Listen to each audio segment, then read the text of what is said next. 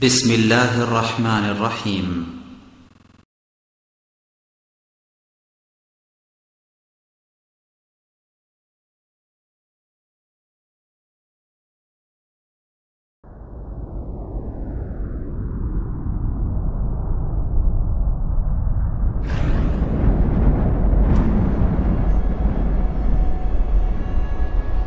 السلام عليكم ورحمة الله وبركاته.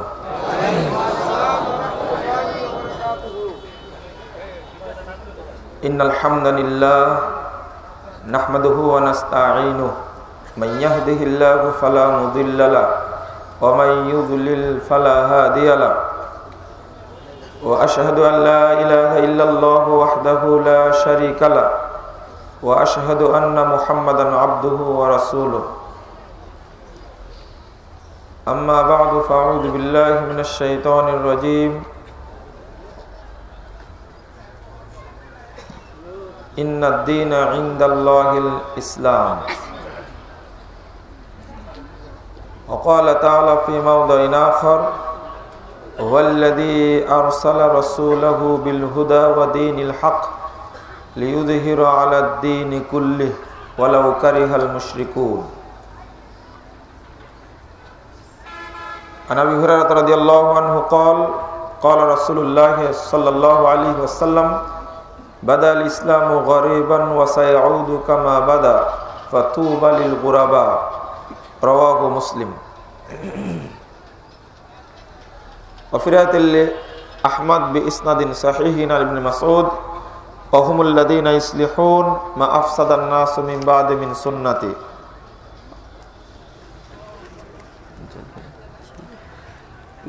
ছোট বালিশ দিলে ভালো হতো।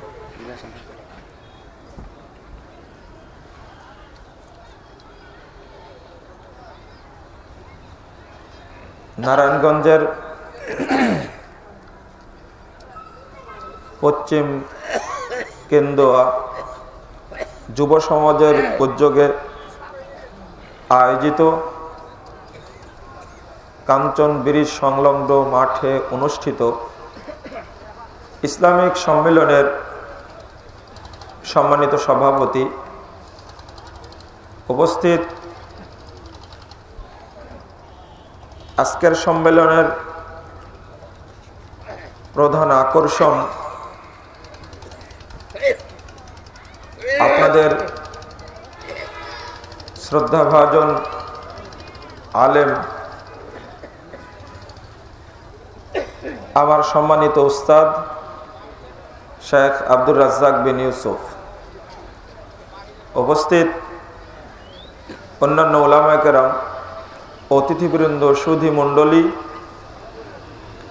সামনে উপবিষ্ট শ্রদ্ধেয় মুসলিম ভাতৃমণ্ডলী, আমার প্রাণ প্রিয় ছাত্র ও যুবক ভাইরা, পর্দার আড়ালের মা ও বোনেরা, সকলকে আজকের সম্মেলনে আন্তরিক মুবারকবাদ জানাচ্ছি। পাশাপাশি দোয়া করছি আল্লাহ যেন আমাদের প্রোগ্রামকে কবুল করে নেন, আমিন। যারা আয়োজন করেছেন সময়, শ্রম, অর্থ, মেধা দ্বারা সম্মেলনকে সুন্দর করেছেন, বিভিন্ন প্রান্ত থেকে এসে সম্মেলনকে প্রাণবন্ত করেছেন, আল্লাহ রাব্বুল আলামিন সকলকে উত্তম প্রতিদান দান করুন, আমিন।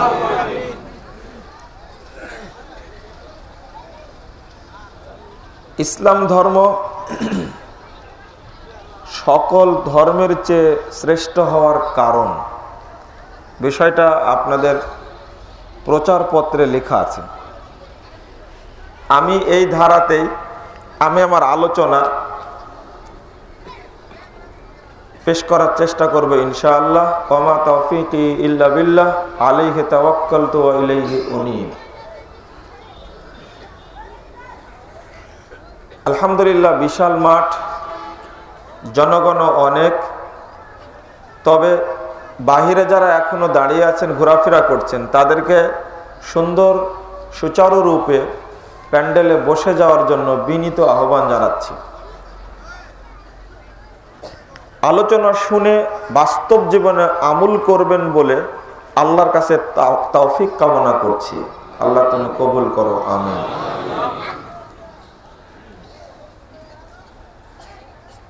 ইসলামী পৃথিবীর শ্রেষ্ঠ জীবন বিধান। ইসলাম পৃথিবীর পরিপূর্ণ জীবন বিধান। ইসলাম পৃথিবীর সকল ধর্মের চেয়ে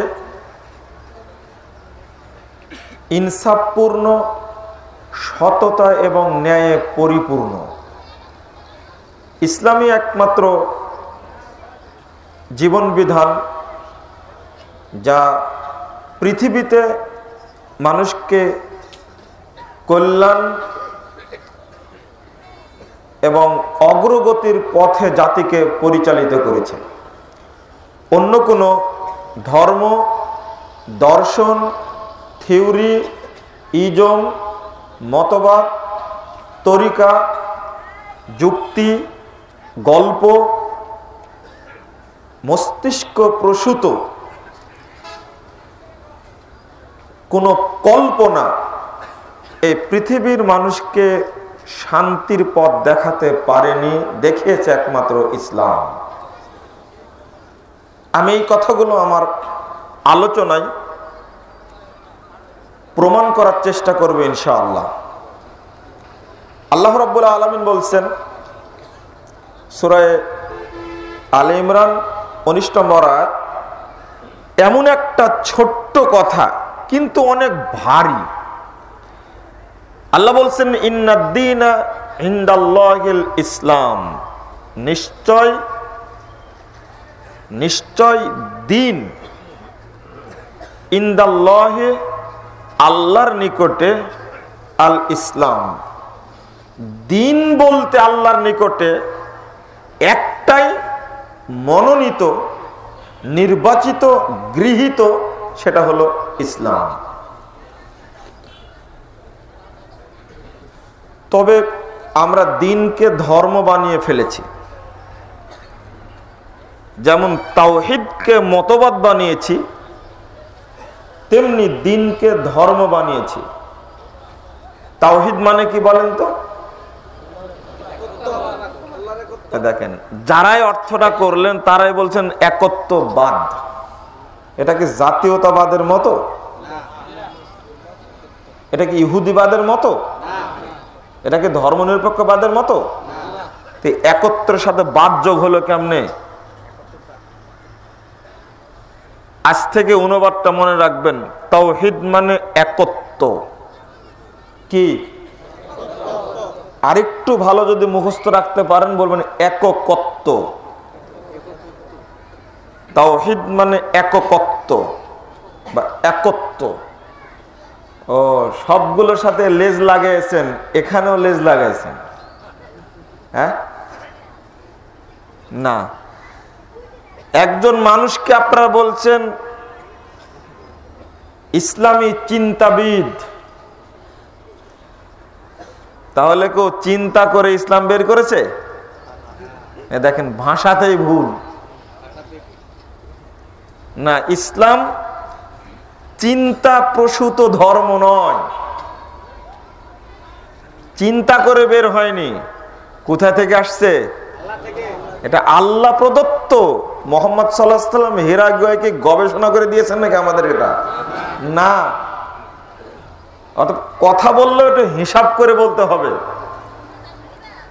ঠিক প্রচলিত অন্যান্য ধর্মের মতো ইসলামকেও আমরা একটা ধর্মীয় পাঠ মনে করেছি, যে না, এটা ঠিক নয়। ইসলাম জীবন ব্যবস্থা, কোন ধর্মের অর্থ জীবন ব্যবস্থা নয়।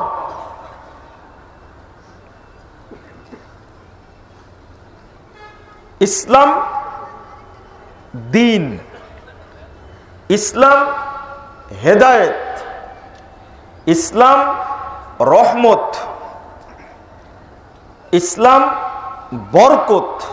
ইসলাম ধর্ম নয়। আল্লাহ রাব্বুল আলামিন বলছেন,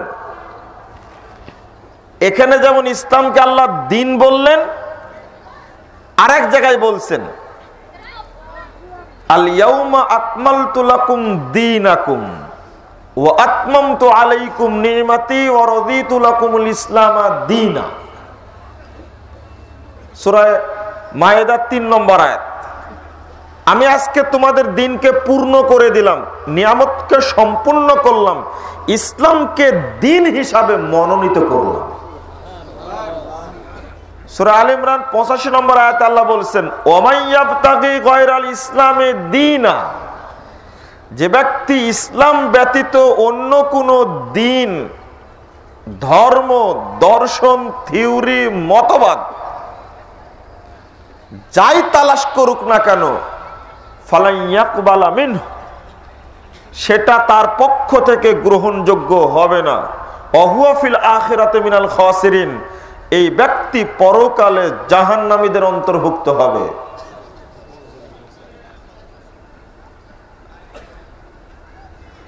আল্লাহ রাব্বুল আলামিন বলছেন মুহাম্মদ রাসূলুল্লাহ সাল্লাল্লাহু আলাইহি ওয়াসাল্লাম সম্পর্কে 9 নম্বর আয়াত সূরা সফ। এই আয়াতটি পবিত্র কোরআনের আরো 2 জায়গায় এসেছে, সূরা ফাতহ, সূরা তাওবার মধ্যে।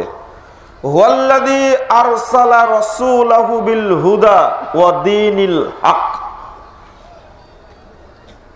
ওই আল্লাহ যিনি মুহাম্মদ সাল্লাল্লাহু আলাইহি সাল্লামকে প্রেরণ করেছেন, পাঠিয়েছেন, বিল হুদা, এই দেখেন হুদা, বললাম যে ইসলাম হলো হেদায়েত, এটা ধর্ম নয়।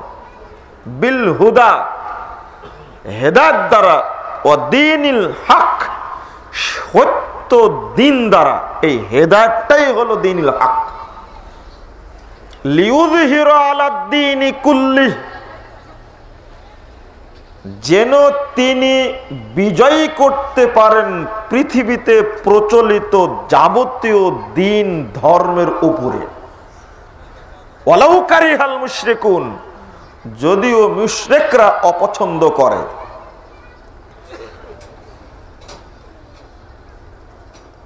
আল্লাহ রাব্বুল আলামিন পবিত্র কোরআনের বহু জায়গায় এই ধরনের অনেক আয়াত উল্লেখ করেছেন। মুহাম্মদ রাসূলুল্লাহ সাল্লাল্লাহু আলাইহি ওয়াসাল্লাম উল্লেখ করেছেন। এমনকি 3টা কথা খুব গুরুত্বপূর্ণ।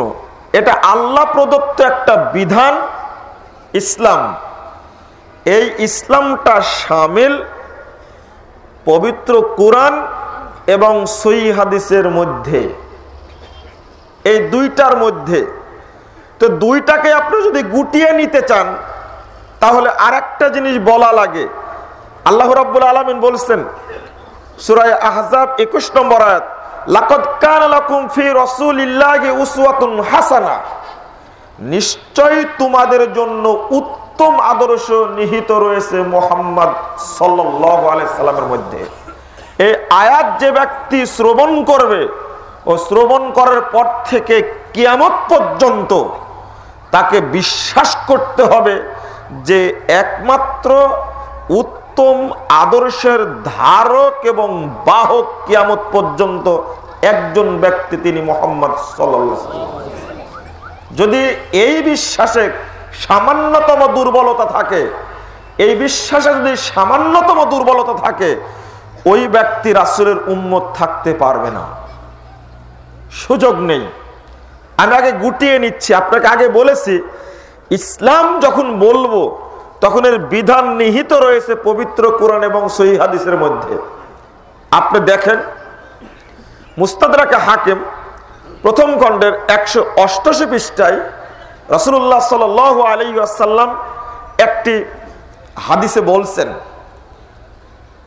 বিদায় হজ্জের ভাষণে উটের উপরে দাঁড়িয়ে যে ভাষণ দিয়েছিলেন আরাফার ময়দানে, সেই ভাষণে আল্লাহ রাসূল যা বলেছিলেন তা ইবনু আব্বাস রাদিয়াল্লাহু আনহু বলছেন, সামিতু রাসূলুল্লাহ সাল্লাল্লাহু আলাইহি ওয়াসাল্লাম খাতাবা ফি হাজ্জাতিল বিদা, আমি রাসূল সাল্লাল্লাহু আলাইহি ওয়াসাল্লামকে বলতে শুনেছি যখন তিনি বিদায় হজ্জের ভাষণে ভাষণ দিচ্ছিলেন, পেশ করছিলেন, তখন তিনি কি বলেছিলেন? তারাক্তু ফিকুম আমরাইন মা তারাক্তু ফিকুম মাইনি তাসামতুম। এই হাদিসের ইবারতটা এইরকম, মা তারাক্তু ফিকুম মাইনি তাসামতুম, আমি তোমাদের মধ্যে যেটা রেখে যাচ্ছি, ছেড়ে যাচ্ছি, মাইনি তাসামতুম, তোমরা যদি শক্ত করে ধরে থাকো, লাং তাদিল্লু আবাদা, কখনো কখনোই কোনো দিনই পথভ্রষ্ট হবে না। এখানে শব্দ ব্যবহার হয়েছে আবাদা, কখনোই পথভ্রষ্ট হবে না। লাং শব্দটা লাং তাকিদ, এই তাকিদ শব্দটা যখন আসে তখন এমনি এর অর্থ হয় কখনোই না। এর পরের শব্দটি রাসূল ব্যবহার করেছেন আবাদা, মানে কোনো কালেও সম্ভব নয়। পথভ্রষ্ট হওয়া একেবারে অসম্ভব। দুইটা জিনিস দেখে যাচ্ছে, এক কিতাব আল্লাহ, একটা হলো আল্লাহর কিতাব আল কোরআন, ওয়া সুন্নাতা নাবিয়িহি, এবং আল্লাহর নবীর সুন্নাত। এটা ভণ্ড নবীর সুন্নাত নয়, অন্য কোন ব্যক্তির থিওরি নয়, সুন্নাতা নাবিয়িহি, এবং আল্লাহর নবী মুহাম্মদ সাল্লাল্লাহু আলাইহি সাল্লামের রেখে যাওয়া সুন্নাত। এই দুইটা জিনিস ধরে থাকলে এই ব্যক্তি কোশ্চিনকালে পথভ্রষ্ট হবে না। তাহলে ইসলামকে আমরা খুঁজে পেতে চাইলে এই দুইটার মধ্যেই পেতে হবে। পুকুরে ইলিশ মাছ পাওয়া যায় না, নারায়ণগঞ্জে পাওয়া যায়, প্রমাণ আছে? কোথায় পাওয়া যায়? পদ্মায় পাওয়া যায়, চাঁদপুরে যাওয়া লাগবে। যদি এই দুইটি ব্যতীত অন্য কোথাও ইসলাম খোঁজা যায়, কোশ্চিন কালেও ইসলামের লেশও পাওয়া যাবে না। এটাই বাস্তবতা। এই দুইটার মধ্যে খুঁজলে ইসলাম পাওয়া যাবে। এর পরেও যদি পুকুরটাকে চার ভাগে ভাগ করা হয়, চার তরিকায় ভাগ করা হয়, তাহলে তো পাওয়া মুশকিলই আছে। বুঝাতে পারলাম না আপনাদেরকে? যদি একদিকে পুকুরে ইলিশ মাছ পাওয়াই যায় না, এক, দুই, এই পুকুরটাকে যদি আবার চার ভাগ করা হয়, তাহলে তো আরোই পাওয়া যাবে না। বাস্তবতা এখন আমাদের কাছে এই রকম। এক, ইসলামকে বুঝতে বুঝতে, চিনতে চিনতে আমাদের এমন অবস্থা হয়েছে, আমি আগে কথাটা বলি না, পরে ভুলে যাব। সেটা হলো এই তিন অন্ধের হাতি প্রদর্শনের মতো হয়েছে। তিনজন অন্ধ হাতি দেখতে গেছিল, ও তো চোখ না, দেখবে কেমন, তো নাড়াচাড়া করে দেখেছে। এক অন্ধ হাতির কান নাড়াচাড়া করেছে, তো এসে বর্ণনা দিচ্ছে হাতি হলো আসলে কুলার মতো। আর এক অন্ধ বলছে না, ও তো হাতির সুর একটু নাড়াচাড়া করে দেখছে, বলছে হাতি হলো খুঁটির মতো, ঘরের খুঁটি আছে না, এই খুঁটির মতো। আর এক অন্ধ বলছে না, তো হাতিকে তো এরকম মনে হলো না, ও পা নাড়াচাড়া করে দেখছে হাতি হলো জাঁতার মতো। জাঁতা তো আপনারা চিনেন না, এখন চিনেন? দেখেন তরুণ ছেলে যেগুলো, ওরা বলছে জাঁতা আবার কি, ওরা মনে মনে করছে জাঁতা মানে আগে তোমাদের দাদিরা ওই ডাউল আর গম পিষত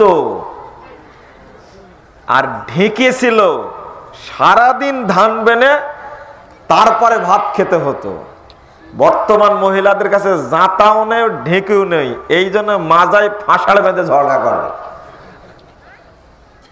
তোমরা তো বুঝতে পারবে না। যারা তরুণ ছেলে তাদেরকে বলছি, আপনাদের বলে তো লাভ নাই, আপনারা তো জানেন। জানেন শুধু, আপনিও জাঁতাই পিষেছেন, ঢেকিতে ধান আপনিও বাঁধছেন। আজকেটা না থাকার কারণেই ওই গাউসিয়া মার্কেটে মহিলাদেরকে বেশি দেখা যায়। এই জাঁতা যদি থাকতো তাহলে এইরকম ন্যাংটা শাড়ি পরে মহিলারা কখনো ঢাকা শহরে বেলেল্লাপনা করতো না। ঠিক অনুরূপী ঘটনা, যদি আজকে জাঁতার ঢেকি থাকতো আর মায়ের সাথে যদি গম পিসার ধান বানা লাগতো, তাহলে এই বাংলাদেশে 14 ফেব্রুয়ারির মতো বেশ্যা দিবসের উদ্বোধন হতো না। এটা হলো বেশ্যা দিবস। ওই ছেলে, এখানেই তোমাকে সাইজ করে নি, পরে বক্তব্য। আজকে যে ছেলে একটা ফুল হাতে নিয়েছো, এ হলো চুট্টা, আজীবন এর দ্বারা কোন খেদমত হবে না। যে নারী পুরুষ আজকে একটা মেসেজ দিয়েছো মোবাইলে এই বেশ্যা দিবস উপলক্ষে, মনে রেখো তুমি একটা সবচেয়ে নোংরা বেহায়া কাজ করেছো। তুমি যদি আজকে লিখে থাকো যে আই লাভ ইউ ফর আল্লাহ, এরপরেও তুমি জাহিলি নোংরা কাজ করেছো, এটা তুমি আমাকে আজকে আল্লাহর উদ্দেশ্যে ভালোবাসছো কেন? আজকে কেন? আজকে কেন? ইসলামকে তুমি কপতের মতো পেয়েছো নাকি? হ্যাঁ, এটা ছোঁড়া ছেড়ির মতো পেয়েছো না। এই জগৎ থেকে বেরিয়ে আসতে হবে। তো 3 অন্ধের বর্ণনা যখন হয়ে গেল, তখন একজন ভালো মানুষ মনে করছে যে সে তো কোনোদিন হাতি দেখেনি। এই 3 অন্ধের বর্ণনা শোনার পরে যে ব্যক্তি হাতি দেখেনি, সে এখন বিভ্রান্তির মধ্যে পড়ে গেছে। ও এখন বুঝবে কি যে আসলে হাতি জাঁতার মতো না, খুঁটির মতো না, কুলার মতো। ও তো জানে হাতি একটা বিশাল জন্তু, কিন্তু 3 জন মানুষ বর্ণনা দিল, আমি এখন কোনটা গ্রহণ করব? উপায় আছে? উপায় নাই। ঠিক আমাদের দেশের এই ইসলামী দলগুলোর অবস্থাটা এইরকম হয়েছে। ইসলামের এক একটা দল এক একটা পাঠ গ্রহণ করার কারণে মানুষ ইসলাম চিন্তা এখন বিভ্রান্তির মধ্যে পড়েছে। কারণ এক শ্রেণীর মানুষ মনে করছে যত জিহাদের আয়াত আছে সব এক জায়গায় করে ও ধারণা করেছে বোমা মেরে ইসলাম প্রতিষ্ঠা করা ছাড়া কোনো উপায় নেই। করেনি এক শ্রেণীর মানুষ? এই জন্য এই পথ বেছে নিয়ে ইসলাম শান্তিপূর্ণ একটা জীবন বিধানকে আজকে জঙ্গিবাদের নাম নিয়ে, চরমপন্থার নাম নিয়ে ইসলামকে কুলসিত করেছে। ওরা কেবল একদিক চিনেছে। আরেক শ্রেণীর মানুষ শুধু ফজিলত বর্ণনা করে ইসলামের 12টা বাজিয়েছে। শুধু ফজিলত। একবার সুবহানাল্লাহ বললে 1 কোটি নেকি হয় না, 49 কোটি নেকি হয়। থামেন, এটা একটা হাদিসের মর্যাদা নষ্ট করেছে। এই কথা একটা হাদিসের মর্যাদা নষ্ট করেছে। মুহাম্মদুর রাসূলুল্লাহ, মুরব্বী আপনাকে বুঝাচ্ছে, আপনি বুঝেন। মুরব্বী আপনি বুঝেন বিষয়টা, আমার বক্তব্যটা বুঝেন আগে, আপনি রাখবেন না আমার উপরে। মুহাম্মদুর রাসূলুল্লাহ সাল্লাল্লাহু আলাইহি ওয়াসাল্লাম বলেছেন, একবার সুবহানাল্লাহ বললে আসমান জমিনের ফাঁকা জায়গাগুলো সব নেকিতে পরিণত হয়ে যায়। আপনি বললেন সুবহানাল্লাহ একবার বললে 49 কোটি নেকি হয়। আচ্ছা, 49 কোটি নেকি দ্বারা কি এই জমিনের একটা ভাগও কি ভরবে? তাহলে সুবহানাল্লাহর মর্যাদা নষ্ট করতে করতে করতে করতে কত নিচে নামাইছেন আপনি বলেন? মনে হয় এটা বুঝলেন না আপনারা? বুঝছেন কি? আল্লাহর রাসূল সুবহানাল্লাহর মর্যাদা দিলেন এতই বেশি, কেউ যদি সুবহানাল্লাহ মুখ দিয়ে বের করে আল্লাহ খুশি হয়ে আসমান জমিনের ফাঁকা জায়গাগুলো ভর্তি করে দেন নেকিতে। 118 পৃষ্ঠা খুলুন সহিহ মুসলিম। আপনি বুঝলেন না কেন এটা? তো এক শ্রেণীর মানুষ শুধু ফজিলত বর্ণনা করতে করতে করতে যত ফাজাইলে নামাজ, ফাজাইলে সাদাকাত, ফাজাইলে যাকাত, ফাজাইলে সাহাবা, ফাজাইলে কি কোরআন, ফাজাইলে হজ, ফাজাইলে দরুদ, মানে ইসলামে ফজিলত ছাড়ার কিছুই নাই। আর এক শ্রেণীর মানুষ শুধু জিকির নিয়ে ব্যস্ত, শুধু জিকির।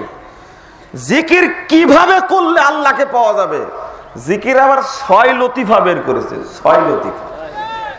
পিছটি পিছে আলোচনা করতে গিয়ে আমি আব্দুর রাজ্জাক বিন উস্তাদ জি, আমানুল্লাহ বিন ইসমাইল সাহেব আর একজন উপস্থাপক কি আছে মানে ভালো করে মনে হচ্ছে না। এই পর্যায়ে আলোচনা আসাতে আর উস্তাদ যে হাসছেন আর বলছেন যে আসলে জিকিরটা একটু দেখা দিলে ভালো হয়। এটা তো দেখাতে পারেন আমানুল্লাহ সাহেব। আমিও বলি আপনার পাঠটা যারা দেখছেন তারা বুঝতে পারবেন ঘটনা কি ঘটছে ওই জায়গাতে। একইবার আমি দেখেছি এই পাঠটা, এটা সবাই হাসবেন আপনারা। শুধু জিকিরটা নিয়ে ব্যস্ত, অন্য কিছু না। আর এক শ্রেণীর মানুষ পীরকে সেজদা করো আল্লাহকে পাওয়া যাবে, চলছে চলছে। আর একটা হলো কাবায় হজ করতে যাওয়ার দরকার নাই, পীরের 2 পায়ের মাঝে সেজদা করাই হলো কেবলাকে সেজদা করা। তারাই একটা গান তৈরি করেছে, গান হলো এই যে পানির তলে মোম জ্বালাইছে বাবাই দেখো না, আমার বাবার মুড়ি ধরে নামাজ লাগে না।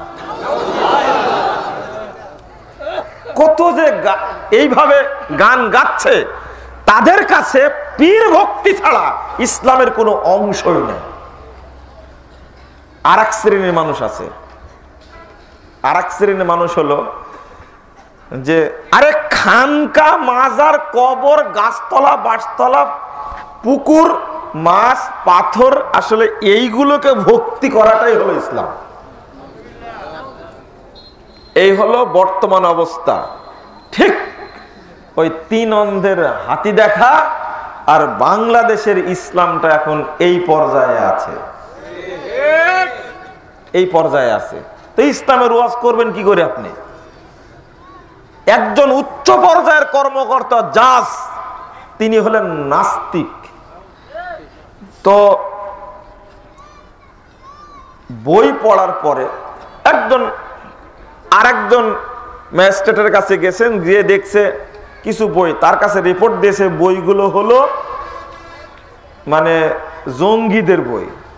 উনি সিনিয়র মানুষ, গেছেন কি বাবার তোমার কাছে নাকি জঙ্গিদের বই আছে, যে এখানে যা আছে বাড়িতে আরো বেশি আছে, তাই কেন তুমি জঙ্গিদের বই পড়ো? তো বলছে যে আসলে জঙ্গিদের বই যে রিপোর্টটা দিয়েছে স্যার আপনি পড়েননি তাই জানেন না, তো একটা বই দিলাম আপনি বইটা নিয়ে বাসায় পড়বেন। এই ব্যক্তির ধারণা হলো বাংলাদেশে যে ইসলাম চালু আছে তার মাথার সাথে মিলে না। মাথার সাথে মিলে না বলতে এক একটা দলের এক একটা চরিত্র। তো উনি ইসলাম সম্পর্কেই সন্দিহান হয়ে পড়েছেন। তো ওনারা হাতে ধরিয়ে দিয়েছেন ভ্রান্তির বেড়া জালে একামতের দিন, এই বইটা, যেটা বইটা একটু পড়বেন আপনি। প্রথমে জঙ্গি বলেছে, তো বইটা শুরু থেকে পড়তে পড়তে পড়তে এবার এসে বলছেন যে বাংলাদেশে যে ইসলাম চালু আছে এটা যে ইসলাম নয়, এটা আমি আগে থেকে বুঝতাম, বইটা পড়ার পরে আমি এখন মুসলমান। একজন নাস্তিক।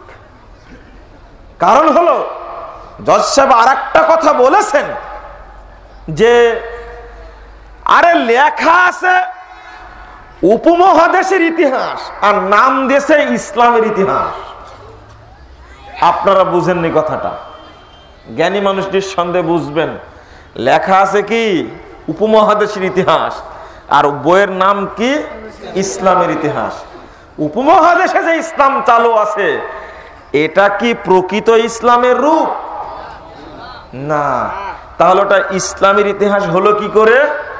ওখানে লেখা আছে ইসলামের ইতিহাসে যে শাহজালাল সাহেব তিনি সাগর পার হওয়ার সময় যখন নৌকা টকা দেখলেন না, তখন জায়নামাজটা পেড়ে দিলেন, জায়নামাজের উপরে সফর কিনে তিনি সিলেটে চলে আসলেন। এটা লেখা আছে। ওই ইসলামের মধ্যে লেখা আছে বায়েজিদ বোস্তামি আজীবন কোনো দিন বাংলাদেশে আসেনি, কোনো দিনই না। বাংলাদেশে কবর আছে না একটা, চিটাগাং আছে না, কোত্থেকে হলো কবর? এটা অথচ তার কবর শুধু ইরাকের বুকে 36 জায়গায় কবর আছে তার। মরছে কয় জায়গায় এই লোক? এরপরে তার যে আকীদা ছিল, এই আকীদা জানতে পারলে আপনি তো মানে এতদিন তো রহমতুল্লাহ আলাই বলতেন, এরপরে যে কি বলবেন আল্লাহ পাক ভালো জানেন। তাহলে এ তো এক শ্রেণীর মানুষ ইসলাম এইভাবে বুঝছে। এই বাংলাদেশে শিয়াল পীরেরও মাজার আছে আছে। তাহলে আজকে ইসলামটা ভাগাভাগি করে, এটা আমার ব্যাখ্যা, আমার একটা আলোচনা, কিন্তু আল্লাহ বলছেন সূরা আনাম 159 নম্বর আয়াতটা খুলুন, ইন্নাল্লাযীনা ফাররাকু দীনাহুম, নিশ্চয় যারা টুকরো টুকরো করেছে তাদের দ্বীনকে, ওয়াকানু শিয়া, এবং দলে দলে বিভক্ত হয়েছে, লাস্তা মিনহুম ফি শাই, হে মুহাম্মদ সাল্লাল্লাহু আলাইহি ওয়াসাল্লাম আপনি তাদের অন্তর্ভুক্ত নন। এইভাবে ভাগ করে করে ইসলামের 12টা বাজিয়েছে, ইসলামকে শেষ করেছে। এরপরেও ইসলামের পাশাপাশি অসংখ্য ধর্ম দর্শনের জন্ম হয়েছে। আপনি প্রাধান্য দিবেন কোনটাকে? একটা গুড়া মারা, একবারে অফ করা হাদিস দুইটা অনুবাদ করে আমি সামনে আগাবো, না হলে বোঝা যাবে না। আমি বলছিলাম ইসলাম এমন একটা জীবন বিধান, এমন একটা জীবন ব্যবস্থা, পৃথিবীতে আর দ্বিতীয়টি নেই, থাকবেও না কিয়ামত পর্যন্ত। এই ইসলামী চূড়ান্ত এবং ফাইনাল বলে থাকবে ইনশাআল্লাহ। তো এখানে আপনাকে বুঝ দিব কি করে, বুঝাবো কি করে? মুহাম্মদ রাসূলুল্লাহ সাল্লাল্লাহু আলাইহি ওয়াসাল্লাম একদিন বসে আছেন। এই হাদিসটা আপনি পাবেন দারেমি 443 নম্বর হাদিস। ওমর রাদিয়াল্লাহু আনহু আসলেন, জাবের রাদিয়াল্লাহু আনহু বলছেন যা ওমর ইবনুল খাত্তাব। ওমর ইবনুল খাত্তাব রাদিয়াল্লাহু আনহু আসলেন বিনুসখাতুম মিনাত তাওরাত, তাওরাতের একটি নুসখা নিয়ে আসলেন। ফাকাল আলী রাসূলুল্লাহ সাল্লাল্লাহু আলাইহি ওয়াসাল্লাম ইয়া রাসূলুল্লাহ হাযিহি নুসখাতুম মিনাত তাওরাত। আল্লাহ রাসূলকে বলছেন, আল্লাহ রাসূল এটা দেখুন তাওরাতের একটা নুসখা। ফাজালা ইয়াকরা, ওমর রাদিয়াল্লাহু আনহু পড়তে থাকলেন। ওয়া সাকাতা রাসূলুল্লাহ সাল্লাল্লাহু আলাইহি ওয়াসাল্লাম, আল্লাহ রাসূল চুপে গেলেন। তাওরাত পড়ছেন ওমর রাদিয়াল্লাহু আনহু, আর আল্লাহ রাসূল চুপে আছেন। ফাতাগায়্যারা ওয়াজহু রাসূলুল্লাহ সাল্লাল্লাহু আলাইহি ওয়াসাল্লাম, চুপ থাকতে থাকতে রাসূলের চেহারাটা রাগে বিবর্ণ হয়ে গেল, রাগে বিবর্ণ হয়ে গেল। আল্লাহর নবী সাল্লাল্লাহু আলাইহি ওয়াসাল্লামের এই অবস্থা দেখে আবু বকর বলছেন সাকিলাতকা সাওয়াকিলা ওমর, ওমর তোমার ধ্বংস হোক। আতারা মাবি ওয়াজহি রাসূলুল্লাহ সাল্লাল্লাহু আলাইহি ওয়াসাল্লাম, ওমর তুমি কি দেখছো না রাসূলের চেহারার দিকে তার অবস্থাটা কি হয়ে গেছে? ফানাজারা ওমর ইলা ওয়াজহি রাসূলুল্লাহ সাল্লাল্লাহু আলাইহি ওয়াসাল্লাম, ওমর রাদিয়াল্লাহু আনহু রাসূলের চেহারার দিকে তাকালেন। তাকানোর সঙ্গে সঙ্গে ওমর রাদিয়াল্লাহু আনহু বলছেন আউযু বিল্লাহি মিন গাযাবিল্লাহ ওয়া মিন গাযাবি রাসূলি, আমি আল্লাহর গজব থেকে, মুহাম্মদ সাল্লাল্লাহু আলাইহি ওয়াসাল্লামের অসন্তুষ্টি থেকে আমি আল্লাহর কাছে পরিত্রাণ ভিক্ষা করছি। এর পরের বাক্যটা শুনে নিন ভালো করে। এরপরে ওমর রাদিয়াল্লাহু আনহু বলছেন রাদিনা বিল্লাহি রাব্বান ওয়া বিল ইসলামি দীনান ওয়া বি মুহাম্মাদিন নাবিয়্যা, আমরা আল্লাহকে রব হিসাবে পেয়ে, ইসলামকে দ্বীন হিসাবে পেয়ে, মুহাম্মদকে নবী হিসাবে পেয়ে সন্তুষ্ট হয়েছি। এই কথা বলে ওমর রাদিয়াল্লাহু আনহু চুপে গেলেন। এবার রাসূল সাল্লাল্লাহু আলাইহি ওয়াসাল্লাম গর্জে উঠে বলছেন যে ভাষাটা হতবাক লাগে। ওমর কি যেই সেই মানুষ? ওমর রাদিয়াল্লাহু আনহুর প্রতি তিনি এত ক্ষিপ্ত হলেন, রাগান্বিত হয়ে চেহারা বিবর্ণ হয়ে গেল।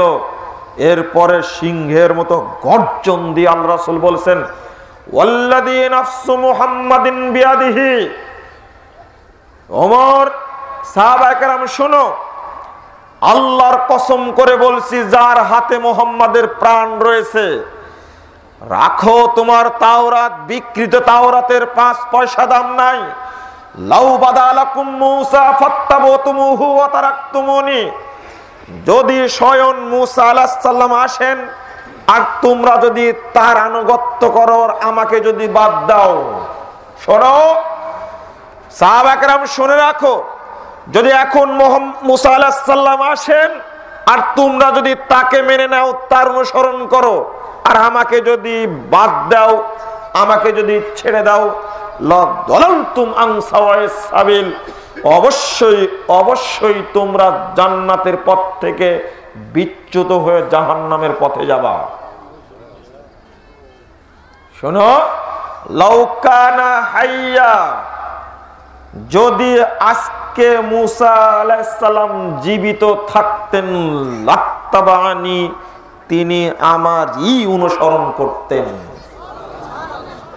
ভাষাটা কত শক্ত, ভাষাটা কত শক্ত। এর পরে আরেকটা বাক্য আছে, তুমি তাওরাত পড়ছো আমার কাছে, তাওরাত, ছি ছি ছি, তাওরাত বিকৃত, 5 পয়সা দাম নাই, তাওরাত বিকৃত। তুমি জানো, শুনে রাখো, ওয়াকাদ জিতুকুম বিহা বাইদা নাকিয়া, আমি মুহাম্মদ যেটা নিয়ে এসেছি, শুনুন বাক্যটা ভালো করে মনে রাখুন, ওয়াকাদ জিতুকুম বিহা বাইদা নাকিয়া, আমি যে বিধান নিয়ে এসেছি সেটা দীপ্তিমান, বাইদা, দীপ্তিমান, উজ্জ্বল, জাজল্যমান, নাকিয়া, স্বচ্ছ, পরিষ্কার, নিষ্কলুষ। 2টা শব্দ ব্যবহার করেছেন মুহাম্মদ সাল্লাল্লাহু আলাইহি সাল্লাম।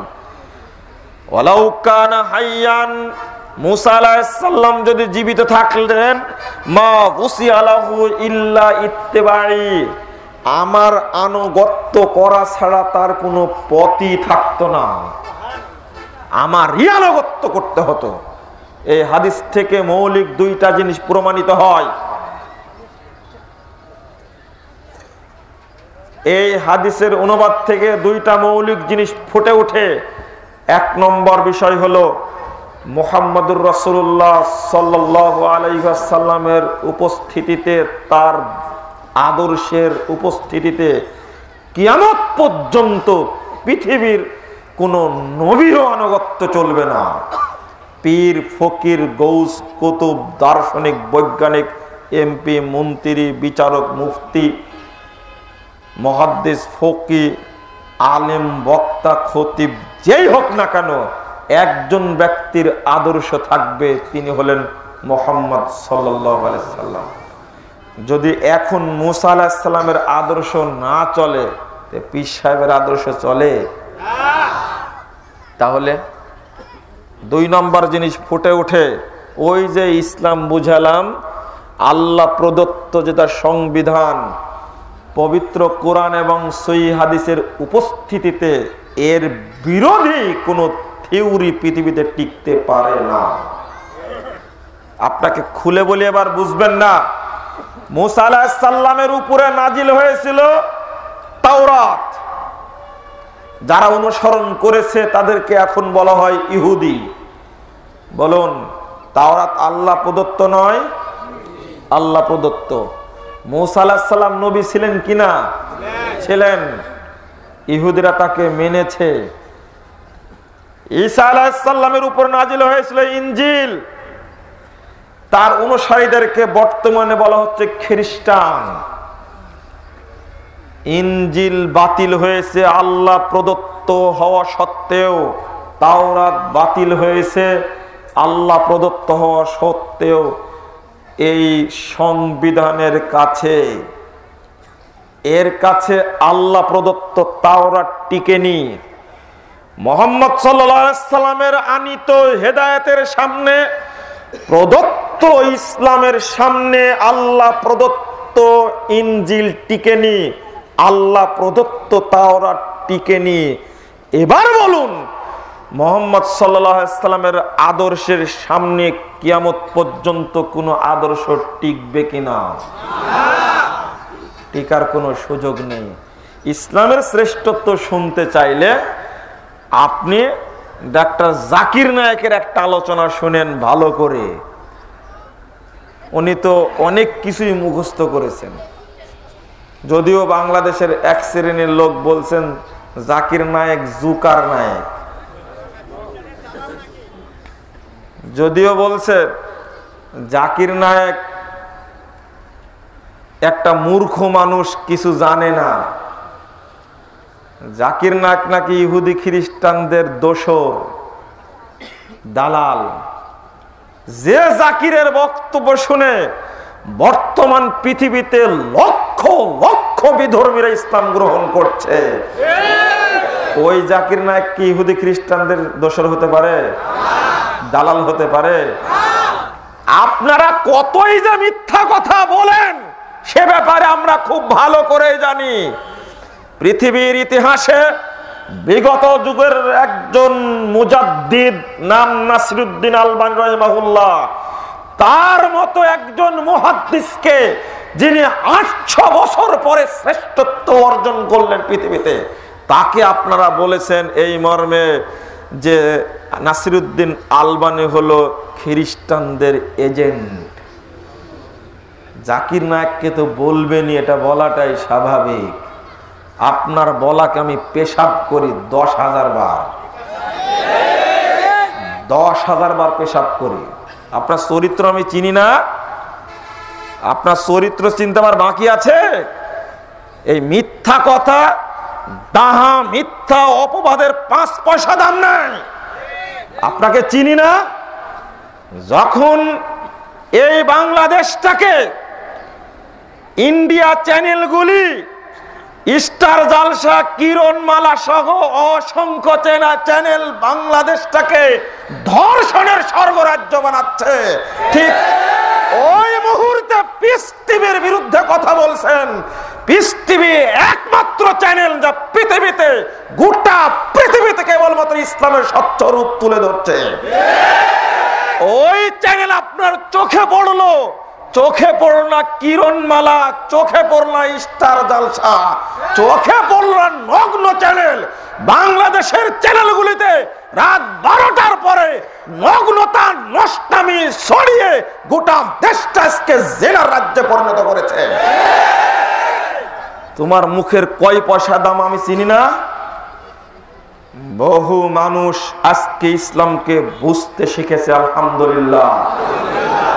ইসলাম সোনা ভানুর পুঁথির মতো নয়। হাঁটিয়া চলিল ঘোড়ায় চলিয়া মর্দ, হাঁটিয়া চলিল 6 মাসের রাস্তা মর্দ 6 দিনে গেল। লাখে লাখে মারে মর্দ কাতারে কাতার, গুনিয়া দেখে মর্দ 40,000। এই ধর্মের নামে পুঁথি শোনানোর সুযোগ এখন আর নাই, আলহামদুলিল্লাহ। ওই যুগ এখন নাই, ওইটা বন্ধ হয়ে গেছে এখন বলেই তো ক্ষিপ্ত হয়ে পিছনে লেগেছে জাকির নায়েকের। আপনারা ইসলাম বনাম হিন্দুইজম বা ইসলাম বনাম অন্যান্য ধর্ম, এই বক্তব্যটা মনোযোগ দিয়ে শুনবেন। আমি এই হাদিসটা অনুবাদ করতে গিয়ে এই জায়গায় আসলাম কেন? উদ্দেশ্য হলো, যদি তাওরাত ডিলিট হয়ে যায়, যদি ইনজিল বাতিল হয়ে যায় আল্লাহ প্রদত্ত, আমি বলবো সর্বশেষ চূড়ান্ত পরীক্ষিত আদর্শ জীবন বিধান হলো ইসলাম। আমি এবার একটার পর একটা বলার চেষ্টা করব। এই ইসলামের বিপক্ষে অসংখ্য ধর্মমত তৈরি হয়েছে, কিন্তু শান্তি দিতে পারেনি জাতিকে। দিতে পেরেছে? না। দেখুন, আমি আপনাদের একটা একটা করে বুঝ দেই। একজন ব্যক্তির নাম রাসূল মুহাম্মদ সাল্লাল্লাহু আলাইহি সাল্লামের জন্মের পূর্বে 2500 বছর পূর্বে জন্ম হয়েছে, নাম হলো সক্রেটিস, যাকে বলা হয় দার্শনিকদের প্রাচীন পুরুষ। তিনি মানুষকে শান্তি দেওয়ার চেষ্টা করেছেন, কিন্তু চেষ্টা করে বলেছেন কিন্তু পথ দেখাতে পারেননি। তিনি একটা কথা বলেছিলেন, নো দাই সেলফ, নিজেকে জানো। যে ব্যক্তি নিজের ভুল শুধরিয়ে নেয় ওর দ্বারাতে খারাপ কাজ ঘটতে পারে না। ও নিজেকে বুঝতে চেয়েছে, নিজেকে বুঝাতে চেয়েছেন। সক্রেটিস অনেক চেষ্টা করলেন, হয়েছে কি না বলুন তো? তারপরে একজন ব্যক্তি, তার ছাত্র, নাম কি? প্লেটো। প্লেটোর একটা বক্তব্য ছিল। প্লেটো বলছেন যে a sound mind in a sound body. আমরা চাচ্ছি একটা সুস্থ দেহে সুস্থ প্রাণ। প্লেটো আক্ষেপ করে গেছেন, পথ দেখাতে পারেননি। এরপরে আর একজন তার ছাত্র, নাম কি? অ্যারিস্টটল। তিনি বলছেন modern man in search of soul.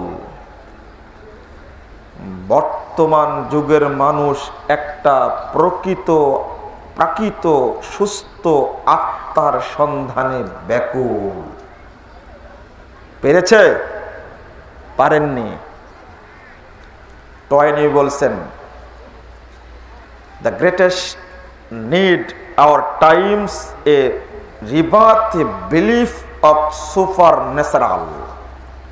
বর্তমান যুগে আমাদের জন্য সবচেয়ে বড় প্রয়োজন হলো যে একটা সুস্থ মনের আবিষ্কার করা। পেরেছে? পারেননি। আমি বুঝাতে চাচ্ছি এটা, তারা আক্ষেপ করে গেছেন জাতিকে বুঝানো যায় কেমনে, কিন্তু তারা পথ দেখাতে পারেননি। পথ দেখাছেন ওই কথা বলেই। দেখেন, ওই একই কথা বলেছেন মুহাম্মদুর রাসূলুল্লাহ সাল্লাল্লাহু আলাইহি ওয়াসাল্লাম। তিনি বলছেন, বহু জায়গায় কথা বলতে গিয়ে বলছেন, উসিকা বিতাকওয়াল্লাহ, আমি তোমাদেরকে আল্লাহ ভীতি অর্জনের করার জন্য ওসিয়ত করছি। যেখানে মুহাম্মদ সাল্লাল্লাহু আলাইহি ওয়াসাল্লাম বক্তব্য দিয়েছেন সেখানেই বলতেন, তিনটা আয়াত বলতেন। সেখানে জানেন আয়াতটা তিনটা? ইয়া আইয়ুহাল্লাযীনা আমানুত্তাকুল্লাহ হাক্কা তুকাতি। এ দেখেন একটা আয়াত বলতেন, ইয়া আইয়ুহান নাস ইত্তাকুল্লাহ, হে মানব মণ্ডলী তুমি আল্লাহকে ভয় করো। আরেকটা আয়াত বলতে, ইয়া আইয়ুহাল্লাযীনা আমানুত্তাকুল্লাহ ওয়া কুলু কাওলান সাদীদা। কেন বলতেন? এরপরে একটা মুটের উপরে বক্তব্য আছে রাসূল সাল্লাল্লাহু আলাইহি সাল্লামের, 3945 নম্বর হাদিস। আল্লাহ রাসূল বলছেন, উসিকা বিতাকওয়াল্লাহ। আবু হুরায়রাকে ডেকে বলছেন, আবু হুরায়রা শোনো, আমি তোমাকে আল্লাহ ভীতি অন্তর পরিষ্কার করার ওসিয়ত করছি। কেন জানো? ফাইন্নাহু রাসু কুল্লি আমরিন। যত কাজে করো না কেন, এই তোমার অন্তরটা হলো সব কাজের মুকুট। রাসূল সাল্লাল্লাহু আলাইহি সাল্লাম বললেন, পথ দেখালেন, কিন্তু আক্ষেপ করে গেছেন বিজ্ঞানীরা, দার্শনিকরা, কিন্তু জাতিকে পথ দেখাতে পারেননি। মুহাম্মদ সাল্লাল্লাহু আলাইহি সাল্লাম পথ দেখালেন। কেমন পথ দেখালেন? আজকে যারা বিধর্মী তাদের একটা জিনিস অন্তত বোঝা উচিত, যে আল্লাহ প্রদত্ত তাওরাত যদি বাতিল হয়ে যায়, ইনজিল যদি বাতিল হয়ে যায় পবিত্র কোরআনের সামনে, তাহলে পৃথিবীতে প্রচলিত সমস্ত ধর্ম, দর্শন, থিওরি বাতিল বলে গণ্য হবে। আমি আপনাকে আরেকটু এগিয়ে গিয়ে বোঝাতে চাই, এই কোরআন আসার পরে আবিষ্কার। ও বিজ্ঞানের ছাত্র, তুমি খুব ব্রেনি, তোমার বুদ্ধিমত্তা বেশি, তোমাকে একটা প্রশ্ন করি। বলো তো, সক্রেটিসের জন্ম যদি হয় রাসূলের জন্মের 2500 বছর পূর্বে, তখন বিমান তৈরি হলো না কেন? দেখি তুমি উত্তর দাও তো পারো কিনা। তোমাকে প্রশ্ন যদি করি, বলো শ্রেষ্ঠ বিজ্ঞানীকে, তোমার নাম লিখবে তুমি সক্রেটিস। কই পারেনি কেন? কই প্লেটো পারেনি কেন? অ্যারিস্টটল পারেনি কেন? তারা পারেননি কেন? কই স্যাটেলাইট আবিষ্কার করতে তো পারেননি আগে? এখন পারলেন কেন? কোথায় থেকে আসলো? এখন তো এরপরেও বলছি, বিজ্ঞান কথা বলে অনুমানের উপরে। 2000 সালের 21 মে তো বিজ্ঞান কিয়ামত ঘটায় ছাড়ছিল। ঘটাতে পারছে? আপনারা তো বিয়ে করে নিয়েছিলেন 2-4 দিন আগেই। যদি কিয়ামত যদি হয়েই যায়, কিয়ামত ঘটাতে পেরেছে? কিন্তু কোরআন যখন বলেছেন কিয়ামত হবে, ওই দিন বিজ্ঞান ঠেকাতে পারবে না। বিজ্ঞান কিয়ামত ঘটাতে চেয়েছিল, কিন্তু এটা ঠেকাই দিয়েছে। না পাগলা কোথায়, কিয়ামত এখন হবে? আরে ঈসা আলাইহিস সালাম এখনো আসেনি, তো অন্তত এটা তো আছে, শেষটা তো আছে। আরে দাজ্জাল নাকি আসবে, ডান হাতে জান্নাত বাম হাতে জাহান্নাম নিয়ে, এই দাজ্জাল পাগলা তো আসেনি।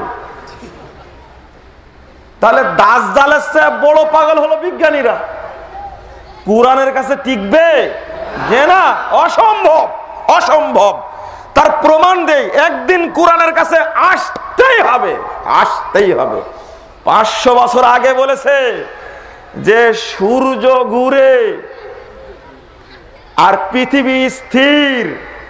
500 বছর পরে বলল না, সূর্য স্থির পৃথিবী ঘুরে। এখন বিজ্ঞানীরা বলছে না, পৃথিবী ঘুরে সূর্য ঘুরে। দেখেন, বিজ্ঞানীরা এক কথা থাকতে পারে না। আমার বিজ্ঞান বলে দিয়েছে, আল্লাহ প্রদত্ত বিজ্ঞান বলতে কুল্লু ফি ফালাকি ইয়াসবাহুন।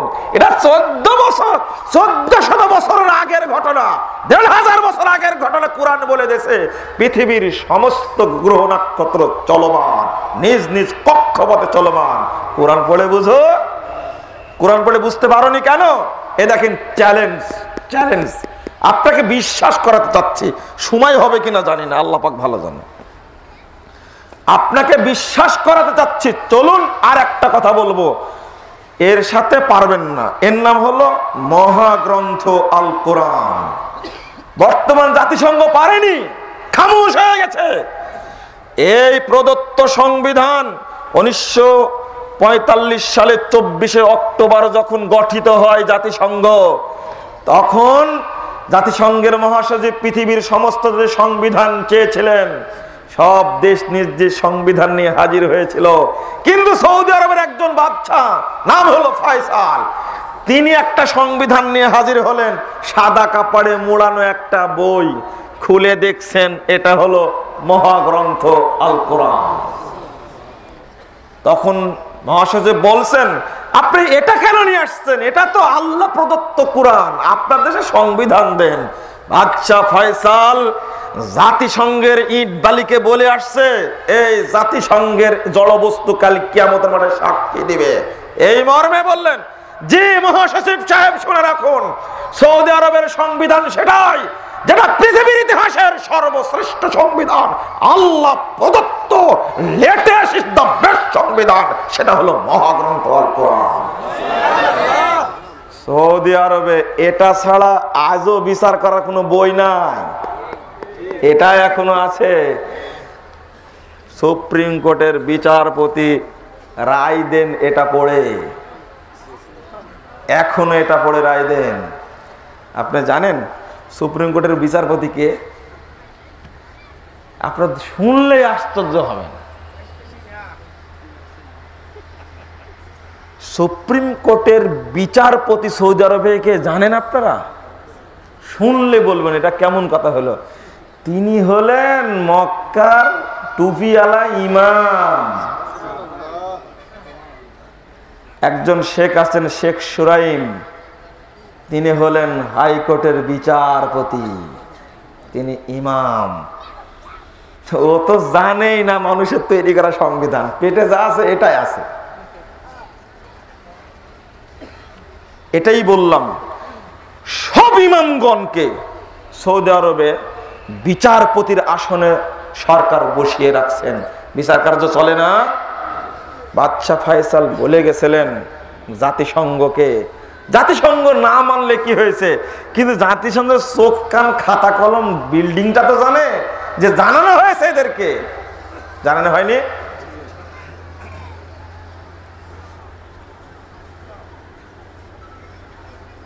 আমি এখানে একটা দিক আপনাকে বলতে চেয়েছিলাম, আমি মনে হয় ব্যাক করলাম কোন জায়গা থেকে যেন, আপনারা ভুলে গেছেন। আল্লাহ প্রদত্ত সংবিধান, হ্যাঁ চ্যালেঞ্জ মনে পড়েছে, পবিত্র কোরআন, এটা একটা চ্যালেঞ্জিং বিধান কিয়ামত পর্যন্ত। তার আরেকটা উদাহরণ সূরা ইউনূস আছে একটা, দেখবেন 91 নম্বর আয়াত, ওখানে বলা আছে আল ইয়াউমা নুনাজ্জিকা বিবাদানিক। ফেরাউনকে আল্লাহ বলছেন, ফেরাউন শুন, ফেরাউন তুই শুনে রাখ, তোর দেহটাকে আমি হেফাজত করে রেখে দিব, তোর দেহ মাছ খাবে না, পানিতে পচবে না, মাটিতে নষ্ট হবে না। এটা কে বললেন? আল্লাহ। তো এইটা বলছেন আল্লাহ আজ থেকে 5000 বছর পূর্বে, আজ থেকে 5000 বছর পূর্বের ঘটনা। এটা আনুমানিক 4500 বছর, 4000 বছর পূর্বের ঘটনা। দেখেন কিভাবে কথাটা জানতে পারলেন মুহাম্মদ সাল্লাল্লাহু আলাইহি সাল্লাম কোরআনের মাধ্যমে আরো 3500 বছর পরে, 3000 বছর পরে জানতে পারলেন। এবার এই 19 শতাব্দীতে, 19 শতাব্দীতে এসে ইহুদিরা বলল একটা কথা, যে কোরআনের সব আয়াতই ঠিক, তবে একটা আয়াত ভুল আছে। কোনটা ভুল আছে? তো তারা বলল যে এই যে আল্লাহ কোরআনে বলে দিয়েছে যে ফেরাউনের লাশ কে আল্লাহ হেফাজত করবেন, নষ্ট হবে না, তো ফেরাউনের লাশ কই? আপনারা বুঝেননি মনে হয়। এই ঘটনাটা আজ থেকে 4000 বছর আগে। এক, এটা জানতে পারলেন আল্লাহর রাসূল আরো 3000 বছর পরে, 3000 2500 বছর পরে, আজ থেকে 1500 বছর ধরেন আপনি। তো রাসূল সাল্লাল্লাহু আলাইহি ওয়াসাল্লামের আয়াত নাজিল হচ্ছে ফেরাউনের লাশ আছে। দেখেন এই প্রশ্নটা সাহাবা কেরাম করেননি, দীর্ঘ যুগ পার হয়ে আসছে, এই আয়াতের মধ্যে ঢুকেনি, কেউ প্রশ্নও করেনি, তাহলে ফেরাউনের লাশ কই? এই 19 শতাব্দীতে এসে ইহুদিরা প্রশ্ন তুলল যে আল্লাহ যে বললেন ফেরাউনের লাশ আছে, তো কই? এবার কি বুঝতে পেরেছেন আপনারা? এতদিন পরে এটা তো বিপাকে পড়ার মতো কথা। এটা তাই তো আল্লাহর কথা কখনো মিথ্যা হতে পারে না, কিয়ামত পর্যন্ত এটাই চূড়ান্ত। আপনার ইমানকে শক্ত করার জন্য এই জায়গায় আমি আসছি। এবার এই চ্যালেঞ্জ গ্রহণ করলেন উপমহাদেশের একজন আহলে হাদিস বিদ্বান, ফাতেহ কাদিয়ানীদের সাথে যুদ্ধ করে যিনি জয়ী হয়েছিলেন, শেরে পাঞ্জাব, পাঞ্জাবের সিংহ বলা হয় তাকে, তিনি হলেন সানাউল্লাহ অমৃতসরী রাহিমাহুল্লাহ। তিনি চ্যালেঞ্জ গ্রহণ করলে বললেন, ওই ইহুদিরা, ম্যাশিং ট্যাশিং সব তোমাদের কাছেই। আল্লাহ যেহেতু বলেছেন কোরআনের মধ্যে ফেরাউনের লাশ অক্ষত থাকবে, অবশ্যই আছে, তোমরাই খুঁজে দেখো লোহিত সাগরে, অবশ্যই পাওয়া যাবে। এই তো দিন পরে এই চ্যালেঞ্জ গ্রহণ করা কি সহজ? ঈমান কত শক্ত! এই চ্যালেঞ্জ গ্রহণ করার সাহস কেউ রাখেনি। সানাউল্লাহ অমৃতসরী বললেন, অবশ্যই ফেরাউনের লাশ আছে, অবশ্যই আছে, তোমরাই খুঁজে দেখো। অবশেষে 1908 সালে ফেরাউনের লাশ বাহারে কুলজুমের নিচ থেকে টাটকা লাশ বেরিয়ে আসলো। এখন মিশরে যান, দেখে আসেন, মিশরে যান, দেখে আসেন। এতদিন পরে বলুন কোরআন কত বড় চ্যালেঞ্জিং বিধান, এবার ভাবুন কত বড় চ্যালেঞ্জিং বিধান। না, এর সাথে পারা যাবে না। এর শব্দ, নুক্তা, অক্ষর যা আছে কিয়ামত পর্যন্ত এভাবেই থাকবে, বিকৃত হবে না, কেউ পারবে না, ইনশাআল্লাহ কেউ পারবে না, এভাবেই থাকবে। এই পথে আসতেই হবে, এই পথে আসতেই হবে। এখন একটা একটা করে আপনাকে বলি, এরপরে তৈরি হলো বিশেষ করে অল্প কিছুদিনের মধ্যে ইসলামকে ধ্বংস করার জন্য দুইটা ধারা তৈরি হলো। কয়টা ধারা? দুইটা। মুহাম্মদ সাল্লাল্লাহু আলাইহি ওয়াসাল্লামের মৃত্যুর পরে শুরু হলো ইসলামের নামে ফেরকা, খারেজি, শিয়া, মুরজিয়া, কদারিয়া, চারটা ফেরকায় ভাগ হয়ে গেল। পরবর্তীতে ভাগ হলো তৃতীয় শতাব্দী হিজরিতে আসলো সুফিবাদ। সুফিবাদের চারটা স্তর ভাগ হয়ে গেল, শরীয়ত, তরিকত, হাকিকত, মারেফত। বুঝতে পারছেন? এরপরে ভাগ হলো চতুর্থ শতাব্দী হিজরিতে হানাফি, শাফি, মালিকি, হাম্বলি। এরপরে ভাগ হতে আছে অবশেষে উপমহাদেশে হয়ে গেল চারটা তরিকায় ভাগ, চিশতিয়া, মুজাদ্দিদা, নকশবন্দিয়া, কাদারিয়া। এরপরে উপমহাদেশে হানাফি মাযহাবটা ভাগ হয়ে গেল মৌলিক দুইটা ভাগে, একটা হলো দেওবন্দি, একটা হলো বেরলভি। এরপরে দেওবন্দি ভাগ হলো হাজার হাজার ভাগে, বেরলভিরা ভাগ হলো লাখে লাখে। আজকে বাস্তব চরিত্র, বাস্তবতা ইসলামের নষ্ট হয়ে গেছে এই দলাদলির কারণে। এরপরে ইসলামের শুরু থেকে নিয়ে তাওরাত বাতিল হওয়ার পরেও ইহুদিরা ঈসা আলাইহিস সালামের আনিত শরীয়তকে গ্রহণ করেনি, হটকরেতে দেখিয়ে ঈসাকেও তারা বর্জন করেছে, ইনজিলকেও বর্জন করেছে। অতঃপর যখন ইসলামের আগমন ঘটলো তখন বাতিল করে দিল, এটাকে নষ্ট করে দিল, এটাকে নাকচ করে দিল, দাবি করলো নাকচ করার। একসঙ্গে ইহুদিরা এবং খ্রিস্টানরা যেমন বাতিল করেছিল খ্রিস্টানরা তাওরাতকে, তেমনি বাতিল করে দিল, একসঙ্গে ইহুদি এবং খ্রিস্টান মিলে বাতিল করে দিল, দাবি করলো যে আসলে মুহাম্মদের দ্বীন ধর্ম মানা যাবে না। এটা তারা অস্বীকার করলো। রাসূল সাল্লাল্লাহু আলাইহি ওয়াসাল্লাম তাদেরকে বুঝানোর চেষ্টা করলেন, ইহুদি খ্রিস্টানদেরকে। না বুঝার কারণে ইহুদিরা ইহুদের মতো থাকলো, খ্রিস্টানরা খ্রিস্টানদের মতো থাকলো। লাইসাতিল ইহুদু ক্বালাতিল ইয়াহুদু লাইসাতিন নাসারা ওয়া ক্বালাতিন নাসারা লাইসাতিল ইয়াহুদ। ইহুদিরা বলল খ্রিস্টানরা কিছুই নাই, খ্রিস্টানরা বলল ইহুদিরা কিছুই নাই, নিজেরা নিজেরা দ্বন্দ্ব করলো। কিন্তু ইসলামের ব্যাপারে তারা সব সময় এক। এটা কি বুঝেন আপনারা? ইসলামের ব্যাপারে তারা কি ঐক্যবদ্ধ ইসলামকে ধ্বংসের জন্য। কারণ হলো এই, আজকের যুগের ঘটনা নয়, ইসলামকে তিলে তিলে হত্যা করার জন্য পরিকল্পনা করেছে ইহুদি খ্রিস্টান, যুগে যুগে হত্যা করেওছে। তার প্রমাণ হিসাবে আমি বলতে চাই, এখানে একটু ইতিহাসের দিকে ফিরে যাই। ইহুদি খ্রিস্টানদের কারণেই আলী রাদিয়াল্লাহু আনহু, উসমান রাদিয়াল্লাহু আনহুকে হত্যা করা হয়েছে, উমর রাদিয়াল্লাহু আনহুকে 4 খলিফার 3 খলিফাকে হত্যা করা হয়েছে। ইহুদি সন্তান আব্দুল্লাহ বিন সাবার কারণে ইসলাম গ্রহণ করে ভিতরে ইহুদি থেকে আলী রাদিয়াল্লাহু আনহুকে হত্যা করলো খারেজি গ্রুপ তৈরি করে। ইসলামের মধ্যে যত দলাদলির ঘটনা ঘটেছে সবকিছুই করেছে ইহুদি খ্রিস্টানদের ষড়যন্ত্র হয়েছে এটা। এরপরে আসুন, উমাইয়া খেলাফত ধ্বংস হলো, আব্বাসীয় খেলাফত ধ্বংস করলো কিভাবে? হালাকু খাঁকে ডেকে আনলো শিয়ারা। এখানে একটা কথা এক লাইন বলে দিই, গোটা পৃথিবীব্যাপী সবচেয়ে ইসলামের বড় শত্রু হলো, ইসলামের নামে তৈরি হলো শিয়া গোত্রটা।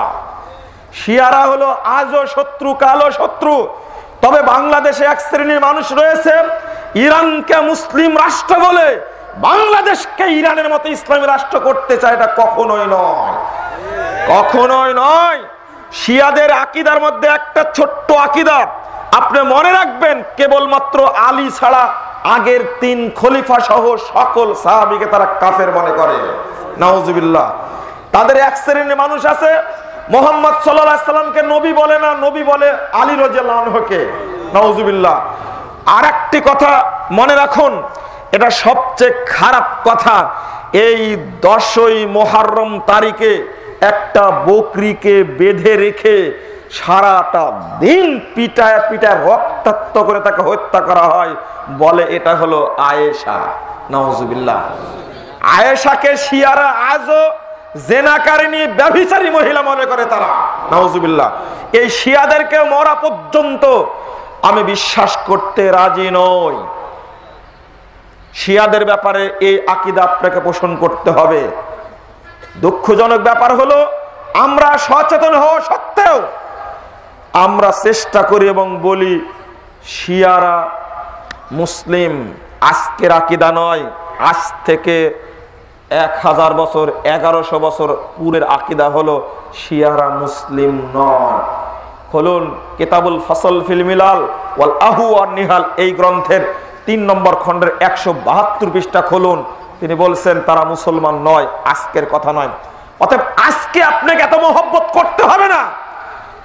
আপনার মহব্বত ইয়ামানের হুসি বিদ্রোহীদের প্রতি বেশি, মক্কা মদিনার উপরে আপনার মহব্বত নেই।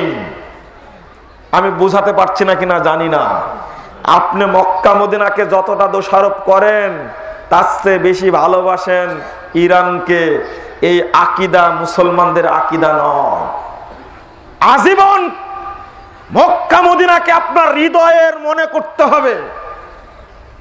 মাঝখানে এখানে বলি 1258 খ্রিস্টাব্দে শিয়া মন্ত্রী আব্দুল্লাহ হালাকুখাকে ডেকে নিয়ে এসে মুসলিম ঐতিহ্য বাগদাদের শিক্ষা কেন্দ্রকে ধ্বংস করলো। 3 দিনে 40 লক্ষ মানুষকে হত্যা করে শেষ করে দিল। এই বাগদাদের ঘটনা 1258 খ্রিস্টাব্দে। তার আগে যদি যাই 1189 খ্রিস্টাব্দে খ্রিস্টানরা যা করলো, এই স্পেনের মুসলিম রাষ্ট্রের যে ঘটনাটা ঘটালো, ওই দিবসটাই আপনি পালন করে থাকেন 1 এপ্রিল, এপ্রিল ফুলস ডে বলে, এপ্রিলের বুকা দিবস। কিভাবে পালন করেছিল তারা? আব্দুর রহমান আদ-দাখিলির গঠিত স্পেনের 800 বছরের সম্পদ তছনছ করে দিয়েছিল। শুধু তাই নয়, 7 লক্ষ নারী পুরুষকে মসজিদে বন্দি রেখে আগুন ধরিয়ে দিয়ে 1 নিমেষে 7 লক্ষ মুসলমানকে ইহুদিরা খ্রিস্টানরা হত্যা করেছে। লেগে আছে ইহুদি খ্রিস্টানরা, পিছনে আমাদের লেগে আছে। সর্বশেষ সুলতান দ্বিতীয় আব্দুল হামিদ উসমানীয় খেলাফত ধ্বংস হয় ফিলিস্তিনে 1924 সালে। 1917 সালের ঘটনা, দ্বিতীয় বিশ্বযুদ্ধের পরের ঘটনা যেটা, এই ঘটনা এত নির্মম ঘটনা কল্পনা করা যায় না। সালাউদ্দিন আইয়ুবীর কবরের উপরে বাম পা রেখে ফরাসি জেনারেল গুরিয়ান বলে দিল একটা কথা, we have come back Salahuddin. Salahuddin, আমরা আবার ফিরে এসেছি। 1192 খ্রিস্টাব্দে ক্রুসেড চালু হয়েছে, ধর্মযুদ্ধ। খ্রিস্টানরা ওয়াদা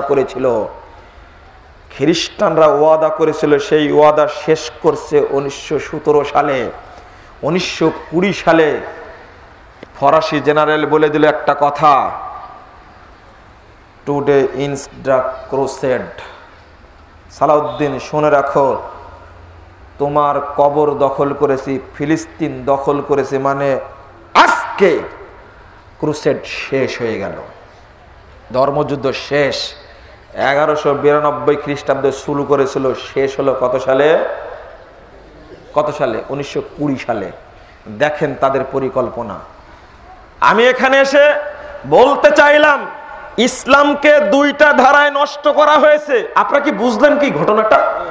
একটা হলো ইসলামের নামে ধর্মীয় ধারা, আর একটা হলো ইহুদি খ্রিস্টানরা পাতানো ফাঁদে লেগেই আছে। অবশেষে খেলাফতগুলি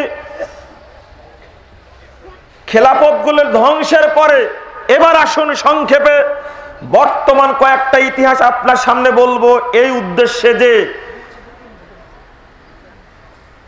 কি ব্যাপার আপনারা ডিস্টার্ব করা শুরু করলেন কেন? একটু মনে হয় এই আলোচনাটা আপনাদের কাছে শুট খাচ্ছে না, তাই না?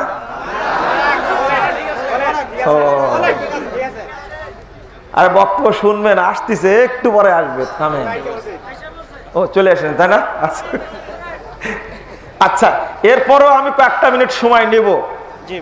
আমি এই জায়গায় এসে বক্তব্য বন্ধ করা মুশকিল হয়ে যাবে। জাযাকুমুল্লাহ খায়রান, একটু থামেন, বলবো বলবো বলবো জি। এখানে এসে বলতে চাচ্ছি আপনাদেরকে, আমার ধারাটা একটু শুনে নিন, খুব অতি সংক্ষেপে ধারাটা বলবো আপনার সামনে। আজও ইসলামকে ধ্বংস করার জন্য একটা পাতানো ফাঁদ থেকেই গেছে। কিভাবে তৈরি হয়েছে ফাঁদটা? পাতানো আছে এইভাবে। আমাদের দেশের লোক ইসলাম বুঝবে কি করে? ধর্মীয় দিক থেকে মানুষ মনে করছে কেবল ইসলাম ফজিলতের মধ্যে বন্দী। এক শ্রেণীর মানুষ মনে করছে ইসলাম হলো খানকার মধ্যে বন্দী। আর এক শ্রেণীর মানুষ হচ্ছে ইসলাম হলো জিকিরের মধ্যে বন্দী। আর এক শ্রেণীর মানুষ যেটা রাজনীতির নামে চলছে, এই কথাটি গুটিয়ে নিয়ে বলতে চাচ্ছি। রাজনীতির নামে তৈরি হয়েছে, বাংলাদেশের শিক্ষিত মেধাবী ব্যক্তিদের মাথাকে হরণ করেছে। তবে আমি বলবো, এখানে শিক্ষিত ব্যক্তির যদি কথা বলতে চান, আমিও শিক্ষিত ব্যক্তির কথা জানি, তার কথা বলতে চাই। আপনি শিক্ষিত ব্যক্তি হয়ে নাম নিয়ে ইসলামকে অপব্যাখ্যা করে আল্লাহ প্রদত্ত সত্য ইসলামের 12টা বাজাবেন, এটা আমি সহ্য করতে পারি না, কোনদিন সহ্য করার মতো নয়।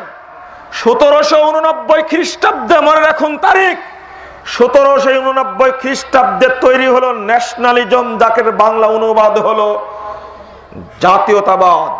এর মূল লক্ষ্য ছিল, দেখুন, এর 6টা হলো উপাদান।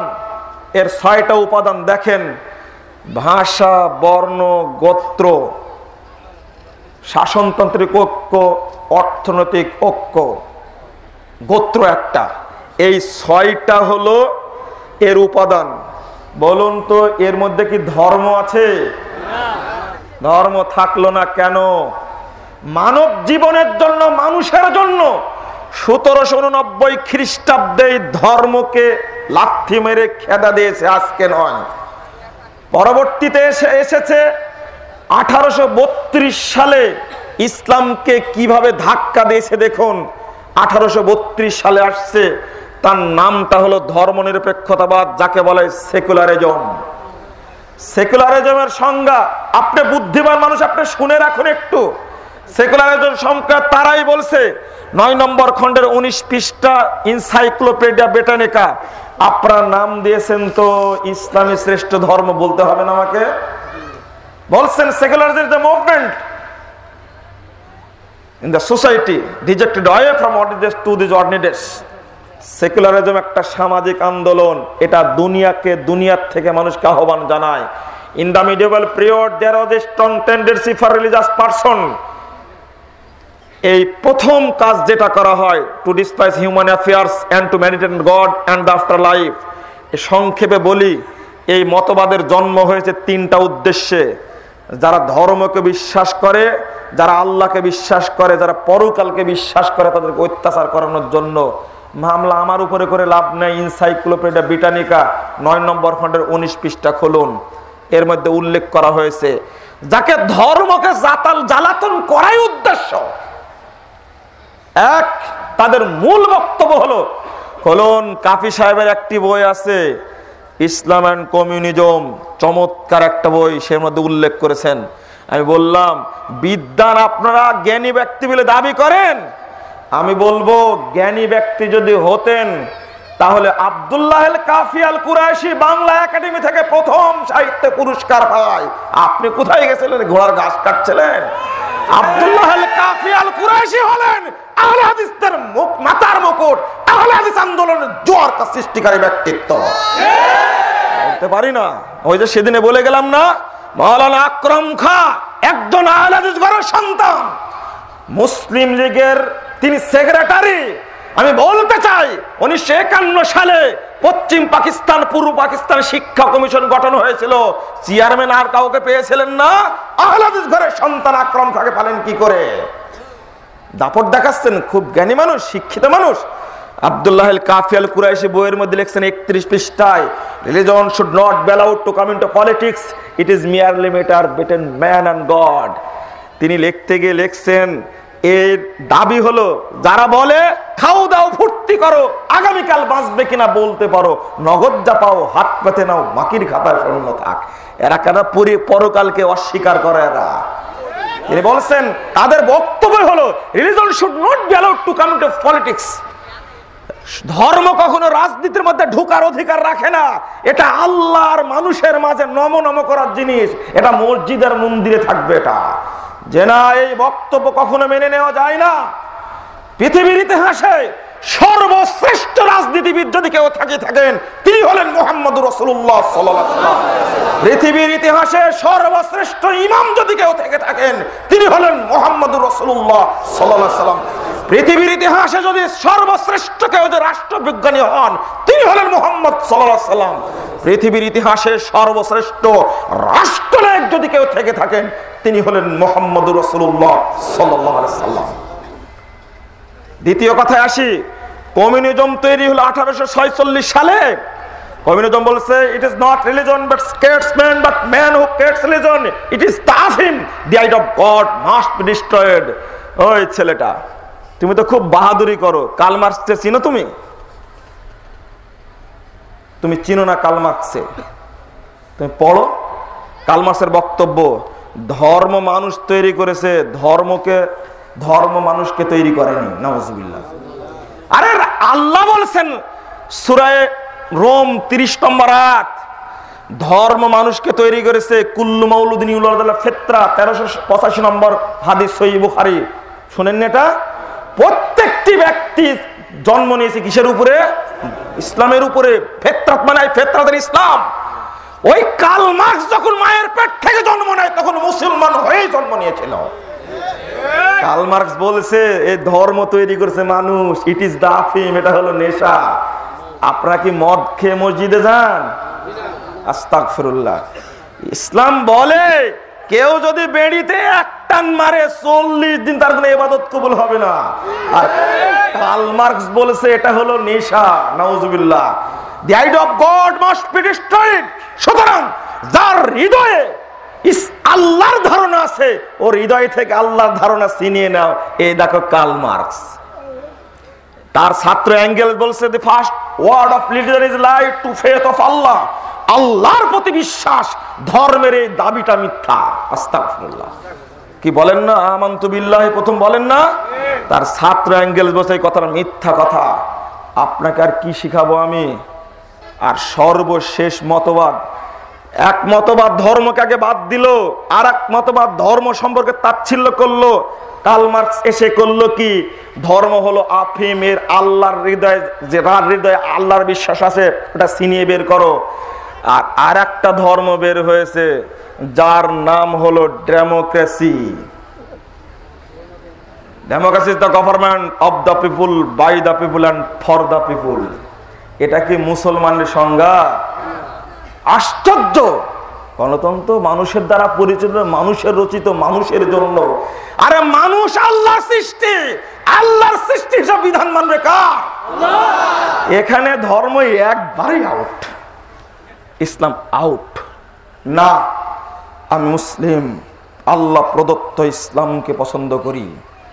ইসলামে আমার জীবন, ইসলামে আমার মরণ, এটা থেকে পিছিয়ে আসার সুযোগ নেই। এক শেষ কথাই হলো এই, পৃথিবীতে অনেক ধর্ম দর্শন তৈরি হয়েছে, আজ পর্যন্ত পৃথিবীকে শান্ত করতে পারেনি। বরং ইসলাম যেটা দিয়েছে, একজন মহিলা ইয়ামানের মানুষ জেনা করেছে, করে রাসূলের কাছে হাজির হয়ে বলছে আল্লাহ রাসূল আমি জেনা করেছি, আমাকে পবিত্র করুন। পৃথিবীতে আর দ্বিতীয় ধর্ম দেখা গেছে? মহিলাকে বলছেন তুমি ফিরে যাও, তওবা করো, আল্লাহ ক্ষমা করবে। মহিলা আবার বলছে মালিক, আপনি কি ফেরত দিতে চাচ্ছেন যেভাবে ফেরত দিতে চাচ্ছিলেন মালিককে? অসম্ভব। ওয়াইন্নাকা হুবলা, পেট ছেড়ে দেখাচ্ছে, দেখেন আমার পেটে দারুদ সন্তান আছে, ফেরত দিচ্ছেন মানে? বললো দেখো পাগল কিনা। আল্লাহ রাসূল তাকে ফেরত পাঠা দিলেন, বলো যেদিন তোমার সন্তান হবে সেদিন ফিরে এসো। ওই লোকটি মেয়েটি ওই সন্তান নিয়ে ফেরত এসেছে। তেনা চিনেন? তেনা, এই তেনার মধ্যে করে সন্তান নিয়ে হাজির হয়ে গেছে। ওর সাথে র‍্যাব ছিল না, পুলিশ ছিল না, বিডিআর ছিল না, গোয়েন্দা ছিল না, কেউ ছিল না, মহিলা বাচ্চা নিয়ে ফেরত এসেছে। রাসূল বললেন, আবার সুযোগ দিলেন, যাও যেদিন বাচ্চা খাওয়া শিখবে সেদিন এসো। আবার মহিলা যেদিন দুধ খাওয়া শিখেছে, বাচ্চার হাতে এক টুকরা রুটি নিয়ে এসে হাজির হয়েছে। তো এই ইসলাম কেবলমাত্র মুহাম্মদ সাল্লাল্লাহু আলাইহি ওয়াসাল্লামে প্রদর্শন করতে পেরেছে, পৃথিবীর কোন মতবাদ এটা আজ পর্যন্ত দৃষ্টান্ত রাখতে পারেনি, কেউ না কোনোদিন পারবে না। বরং সব চোর চুট্টা তৈরি করেছে। আমেরিকা নাকি আজকে সবচেয়ে সভ্য রাষ্ট্র, অথচ জরিপ বলছে প্রতি মিনিটে 3-7 জন, প্রতি মিনিটে 7 জন করে নারী ধর্ষিত হয় আমেরিকা। কেন? নিরাপত্তা দিতে পারেনি, মদের আড্ডায় ভর্তি। অথচ মুহাম্মদ সাল্লাল্লাহু আলাইহি ওয়াসাল্লাম শুধু পেশ করলেন মদের বিধান, এই মদ হারাম। মদিনার অলিতে গলিতে মদের বন্যা বয়ে গেছে, কিন্তু আজ লেখা হচ্ছে কি, বিড়ি টানলে 50 টাকা জরিমানা, ধূমপান নিষেধ, কি যেন একটা বিধান তৈরি করেছে না, লেখা আছে বিড়ির গায়ে লেখা আছে ধূমপান স্বাস্থ্যের জন্য ক্ষতিকর না, কি লেখা আছে। মানুষ কত বেহায়া, আইন তৈরি করা আছে, লেখা আছে, এরপরেও খাচ্ছে। কি দর্শন তৈরি করলেন।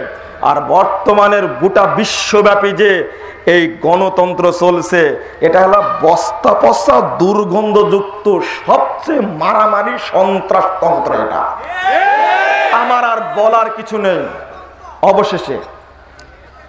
অবশেষে আমি বলতে চাচ্ছি আপনাদের কাছে, ইসলামই হলো মানবতার আশ্রয় স্থল, এছাড়া পারবে না। প্রমাণ এনসাইক্লোপিডিয়া ব্রিটানিকার মধ্যে এই দুইটা উক্তি করে বক্তব্য শেষ। বলছে লাইফ অফ মুহাম্মদের মধ্যে আলোচনা করতে গিয়ে বলছে, মুহাম্মদের জীবনে আলোচনা করতে গিয়ে বলছেন, শেষ কথা, of all the religion of the person of the world, Muhammad is the most successful. পৃথিবীতে যত ব্যক্তির সৃষ্টি হয়েছে তার মধ্যে শ্রেষ্ঠ এবং সফল ব্যক্তি হলেন মুহাম্মদুর রাসূলুল্লাহ সাল্লাল্লাহু আলাইহি ওয়াসাল্লাম। আরে আমেরিকায় রাজ্যসভায় ভাষণ দিতে গিয়ে 1948 সালে জর্জ বার্নার্ড শ উল্লেখ করছেন, I believe a man like Muhammad light a on the dictation modern world he would succeed in solving this problem in way that would bring mass needed peace and happiness. তিনি বলছেন একটি কথা, হে আমেরিকার মানুষ শুনে রাখো, 2টা বিশ্বযুদ্ধ পার হয়ে গেছে, দেশকে পৃথিবীকে শান্তি দিতে পারেনি। আমি মনে করি মুহাম্মদের মতো ব্যক্তি যদি বর্তমান পৃথিবীর দায়িত্ব গ্রহণ করতেন, সমস্ত দুর্নীতি, সমস্ত অত্যাচার, সমস্ত নোংরামি দূর করে দিয়ে গোটা পৃথিবীব্যাপী সুখ এবং শান্তির বন্যা বয়ে দিতে পারতেন। আজও ত্রাহি অবস্থা। মুহাম্মাদের আদর্শ মেনে চলুন, সবকিছুর সমাধান হয়ে যাবে ইনশাআল্লাহ। বর্তমান বাংলাদেশে, বর্তমান পৃথিবীতে যে দেশে বেশি মুহাম্মাদের আদর্শ চালু আছে, সেই দেশে তত দুর্নীতি কম আছে, তত অত্যাচার কম আছে। বাংলাদেশ মুসলিম রাষ্ট্র আমরা বলি, কিন্তু ইসলামী রাষ্ট্র নয়, মুসলিম প্রধান রাষ্ট্র। আমরা আল্লাহর কাছে দোয়া করতে পারি, আল্লাহ মদিনায় নাজিল হওয়া 1500 বছর পূর্বের সেই ইসলামী বিধান বাংলার বুকে তুমি কবুল করো আল্লাহ। কোন মানুষের থিওরি নয়, কোন ব্যক্তির থিওরি নয়, কোন ইসলামী চিন্তাবিদের চিন্তা নয়, বরং তোমার প্রদত্ত স্বচ্ছ পবিত্র নির্ভেজাল তাওহীদের ইসলাম তুমি বাংলার বুকে প্রতিষ্ঠা দান করো আল্লাহ। যুবক ভাইদেরকে আমি সেই দিকে আহ্বান জানাচ্ছি। যেহেতু যুবক ভাইদের এই প্রোগ্রাম, আমি ইতিহাসের দিকে গিয়েছিলাম, যুগে যুগে ইসলামকে বিভিন্ন দিবসের মাধ্যমে শেষ করে দিয়েছে ইসলামকে। আজকে ওই খ্রিস্টানদের পাতানো ফাঁদে 14 ফেব্রুয়ারি বেশ্যা দিবস তৈরি হয়েছে। তরুণরা, তোমরা এই বেশ্যা দিবস থেকে বেরিয়ে আসো, সুন্দরী প্রতিযোগিতার দিবস থেকে বেরিয়ে আসো।